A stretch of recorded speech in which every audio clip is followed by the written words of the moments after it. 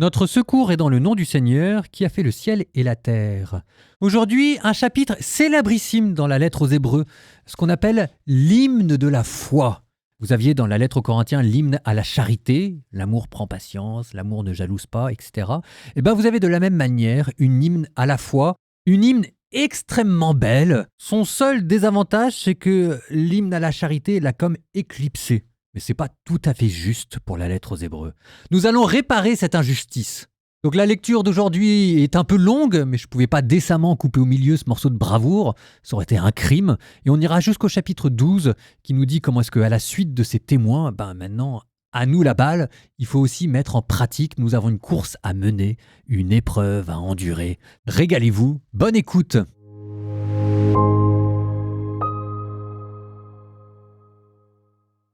Hébreux, chapitre 11.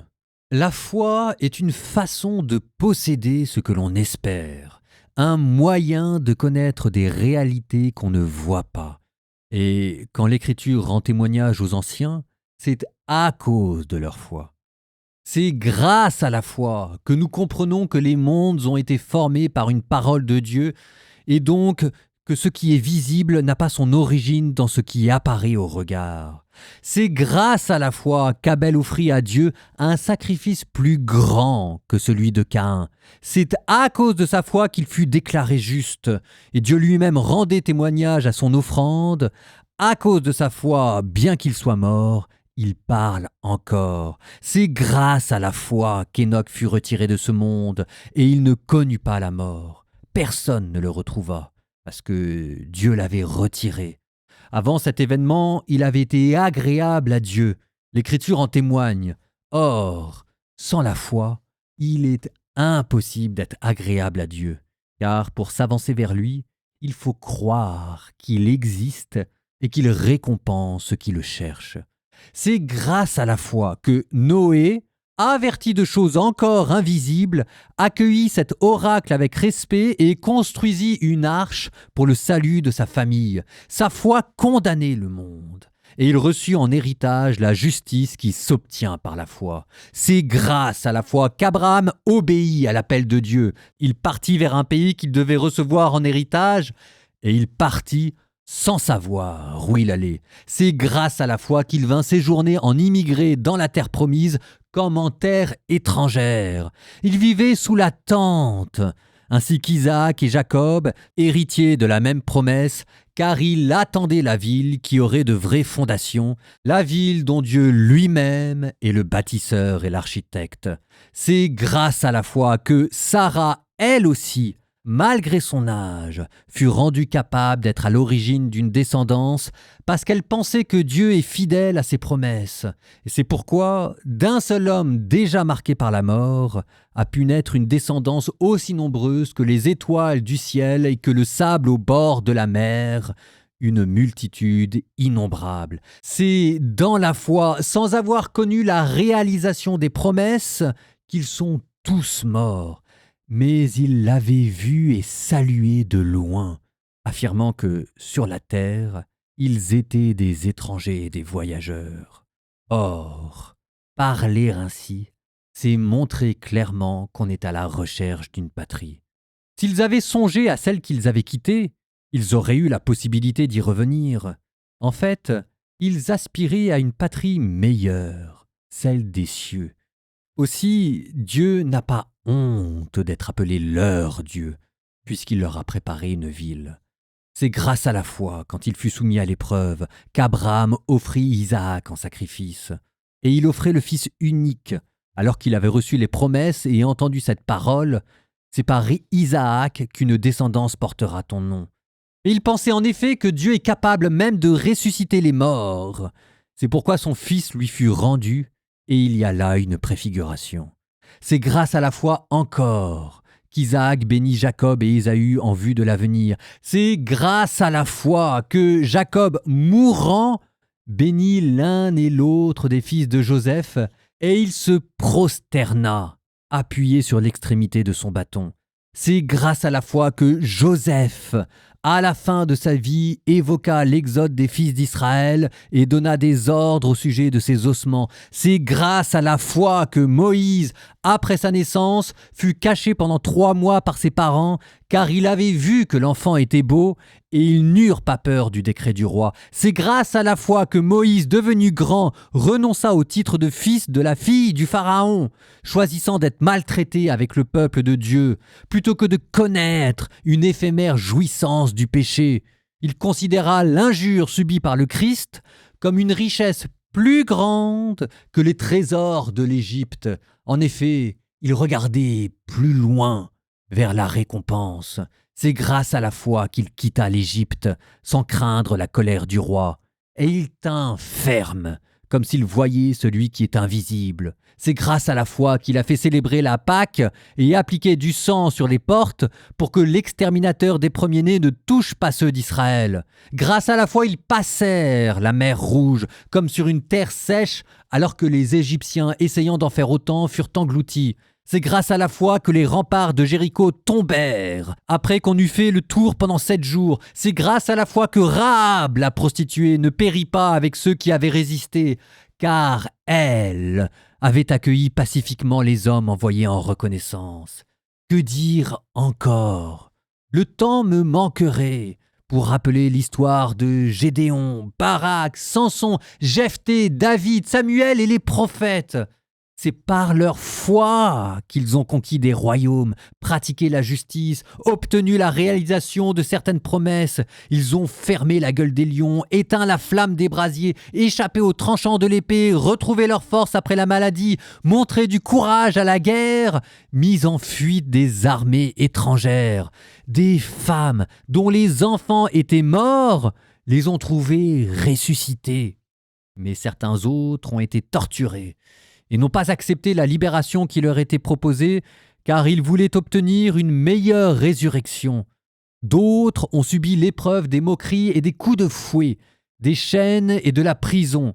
Ils furent lapidés, sciés en deux, massacrés à coups d'épée. Ils allèrent çà et là, vêtus de peaux de mouton ou de toisons de chèvre, manquant de tout, harcelés et maltraités, mais en fait, c'est le monde qui n'était pas digne d'eux, et ils menaient une vie errante, dans les déserts et les montagnes, dans les grottes et les cavernes de la terre.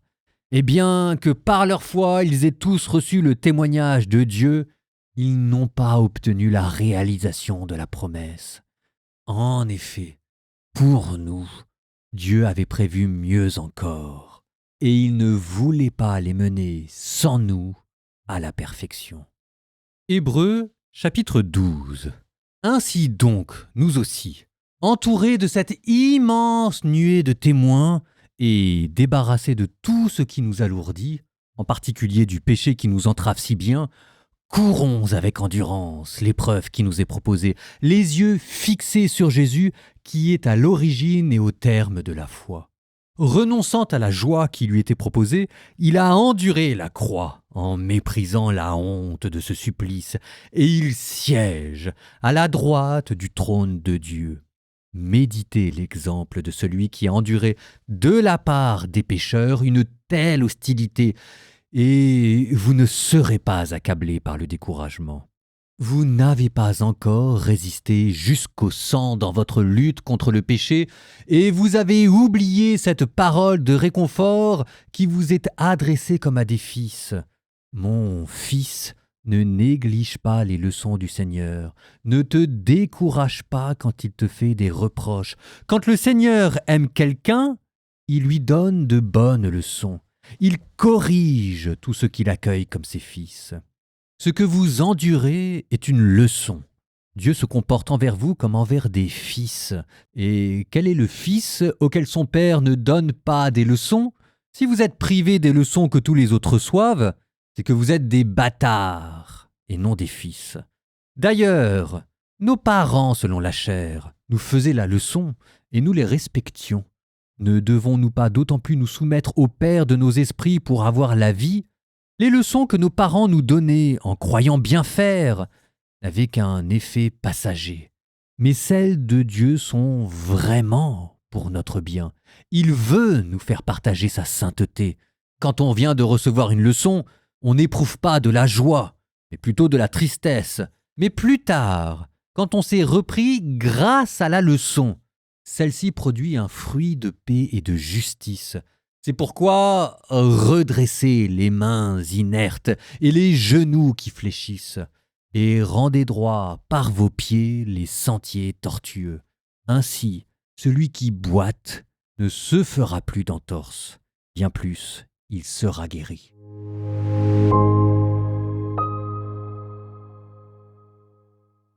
Je reviens sur une phrase qui était au tout début du chapitre 11.1. La foi est une façon de posséder ce que l'on espère, un moyen de connaître des réalités qu'on ne voit pas. C'est une phrase extrêmement célèbre.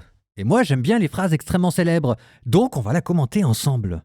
Alors ici, on l'a traduit pour que ça sonne mieux à l'oreille, mais dans le grec, c'est un peu plus compliqué que ça. Je vous la donne littéralement. La foi est la substance des biens que l'on espère, la preuve des réalités qu'on ne voit pas. La foi est la substance, hypostasis, le fondement des choses que l'on espère. Ça veut dire que la foi fait déjà exister en nous ce que nous n'avons pas encore. La foi rend présente en nous, mais comme de manière voilée, Dieu, il est dans notre âme, et son amour et sa présence. Avoir foi en la vie éternelle, c'est déjà une manière de la posséder en nous. Elle nous permet de déjà participer de manière cachée, mais quand même, à la béatitude promise, à la vie éternelle. Alors, comment ça se fait? C'est quoi le mécanisme de la foi qui permet de rendre présentes en nous les choses à venir? Pour bien comprendre ça, il faut comprendre que la foi, c'est l'assentiment de l'intelligence à la vérité. Mais que si jamais vous dites à Dieu que vous croyez, ça veut dire que vous unissez votre intelligence à la vérité divine. Et cette vérité divine, c'est déjà Dieu lui-même. Donc si vous unissez votre intelligence à Dieu, Dieu vient déjà habiter en vous par votre intelligence.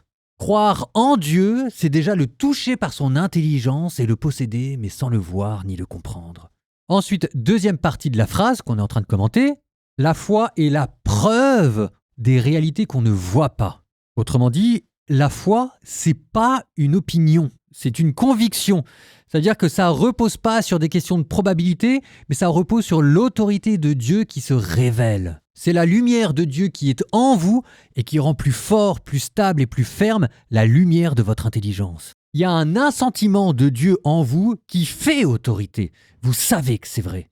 Tiens, j'en profite, petit aparté, tant qu'on y est, je vous ai donné la définition classique de la foi, voici celle de la charité. La charité est la vertu théologale par laquelle nous aimons Dieu par-dessus tout, pour lui-même, c'est-à-dire gratuitement aimer Dieu, pour ce qu'il est, et le prochain comme nous-mêmes pour l'amour de Dieu.